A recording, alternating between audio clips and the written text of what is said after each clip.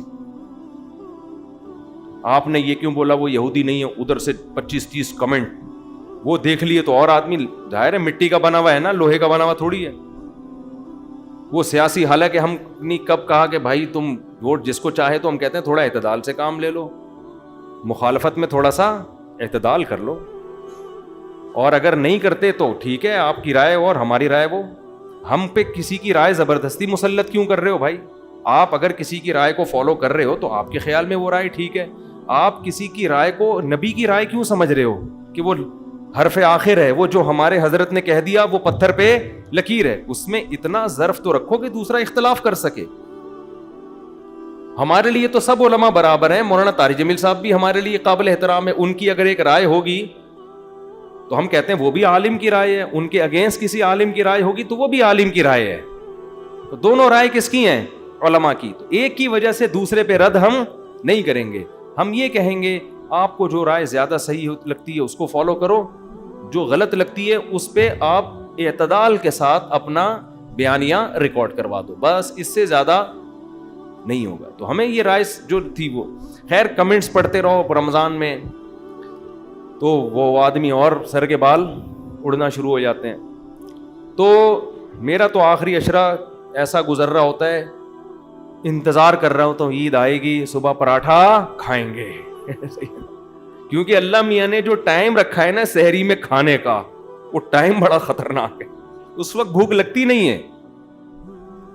کیسا اللہ نے مجھے خوشی اس بات کی ہے کہ ہم جیسے نالائق جو عبادت میں چور ہیں, اللہ نے ہم جیسے نالائقوں سے کسی نہ کسی طرح عبادت کروا لی, ورنہ ہم جیسوں کو کوئی عام دنوں میں ایک روزے کا کہے کتنا مشکل ہوتا ہے کہ نہیں ہوتا. عید کے بعد آپ ایک روزہ رکھو, 10 دفعہ سوچے گا آدمی رکھوں کہ نہیں رکھوں. شوال کے 6 روزے لوگ رکھتے ہیں لیکن بہت سوچتے بھی ہیں کہ رکھیں نہیں رکھیں, اور اگر کوئی کہہ دے 1 مہینہ کنٹینیو رکھو تو نہیں رکھا جاتا انسان سے. رمضان میں اللہ ماحول بنا دیتے ہیں, چاروں طرف روزے کا ماحول. ہمارے حضرت فرمایا کرتے تھے یہ اللہ کا کتنا بڑا احسان ہے, نماز کا وقت رکھ دیا, جماعت رکھ دی. اگر اللہ ہم پہ ڈال دیتا تو ہم کل کرتے کرتے ساری نمازیں ڈیلے ہی کرتے رہتے کہ کل سے شروع کریں گے. جیسے ہم جب اسکول میں پڑھتے تھے نا تو ہم یہ سوچتے تھے انشاءاللہ 1 جنوری سے ہم پڑھنا شروع کریں گے. ابھی یہ دسمبر تک تو ایسے ہی ہو گیا, جانے دو. جب نیا سال آئے گا تو اس کی 1 تاریخ سے ہم پڑھائی شروع کریں گے. جب 1 تاریخ آتی تھی تو اب ہمیں ایک دم ضمیر جھنجھوڑتا, یار اب شروع کر دو بھائی, اب پڑھنا ہے, امتحان بھی آ رہا ہے. تو ہم سوچتے تھے آج دن کیا بھائی, آج ہے پیر, ہفتے سے شروع کریں گے کیونکہ جمعہ ویکینڈ ہے, ہفتے سے کیا ہوگا شروع ہو. وہ ہفتہ آج تک نہیں آیا, کل سے. تو اگر اللہ ہم پہ ڈال دیتا کہ بھائی ٹوٹل اتنی نمازیں تم نے کمپلیٹ کرنی ہے, ٹائم تم خود ہی سیٹ کر لو, تو ہم وہ نمازیں کل کرتے کرتے آج ہم میں سے ہر شخص کے ذمے لاکھوں نمازیں ہوتی ہیں, اور وہ کہتا ہے یار اب یہ میرے لیے پڑھنا ممکن نہیں ہے. تو کچھ چیزیں اللہ مسلط کر کے گن پوائنٹ پہ کروا لیتے ہیں. اللہ اگر ہم سے کہتا سال میں جب چاہو 30 روزے کمپلیٹ کر لو, ہم کل کرتے کرتے ہوتے ہی نہیں ہم سے. وہ ایک فقیر آیا محلے میں, اللہ کے نام پہ کچھ دے دو, انہوں نے کہا کل آنا. کہہ رہے اس کمبخت کل کے چکر میں لاکھوں روپے اس علاقے میں پھنسا ہوا ہے میرا. اس کل کے چکر میں اس علاقے میں میرا لاکھوں روپے پھنسا ہوا ہے. تو ایک فقیر سے کسی نے پوچھا کہ تم کتنا کما لیتے ہو روزانہ؟ اس نے کہا اگر یہ جو معاف کرنے والے ہیں نا یہ بغیرت نہ ہوتے تو روزانہ کے میرے 1 لاکھ روپے میری ارننگ. یہ جو معاف کر دو کہتے ہیں نا, معاف کر دو, یہ بغیرت لوگ ہیں جن کی وجہ سے میں صحیح کما نہیں پا رہا ہوں. تو اللہ تعالیٰ کا کتنا بڑا احسان ہوا, اللہ ہم سے روزے رکھوا لیتے. میں تو صحیح بات ہے بڑا شکر ادا کرتا ہوں اللہ سے. اللہ میں تو بہت ہی نالائق. جو فنڈر ہے نا وہ ہوں گے بڑے نیک لوگ بھی ہیں دنیا میں جن کے لیے یہ 1 مہینہ کا روزہ کوئی مسئلہ ہے ہی نہیں, کوئی مسئلہ نہیں, اس سے بھی زیادہ کر لیتے ہیں بڑے نیک لوگ. لیکن ہم تو نالائق ہیں بھائی. ہم تو اللہ سے کہتے ہیں ہم جیسے نالائق سے اللہ تو نے چاہے وہ سو کے ہی گزارا ہو. ہمیں یہ بھی غم ہوتا ہے کہ یار رمضان جیسا گزرنا چاہیے تھا ویسا نہیں گزرا. یہ بھی ہوتا ہے غم, کتنا کچھ کر سکتے تھے. میں پھر یہ سوچتا ہوں اللہ ہم جیسے نالائقوں کو نا تو نے صبح سے لے کے مغرب تک 14 گھنٹے کھانے پینے سے روک لیا نا, بھلے سو کے گزارا ہو, ٹھیک ہے, کروٹیں لے کے گزارا ہو, جیسے مرضی ٹائم پاس کیا. یہ بھی تو ایمان کی علامت ہے یا نہیں ہے؟ مانتے ہیں کوئی خدا ہے, ورنہ بلا وجہ کسی کے کہنے پر انسان 14 گھنٹے بھوک پیاس برداشت نہیں کرتا.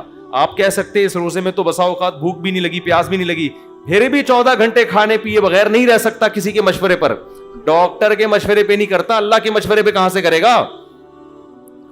تو یہ خوشی کی بات ہے کہ بھائی کسی حد تک ہمارا ایمان اپنے رب پر ہے, ہم اس کو مانتے ہیں کوئی خدا ہے.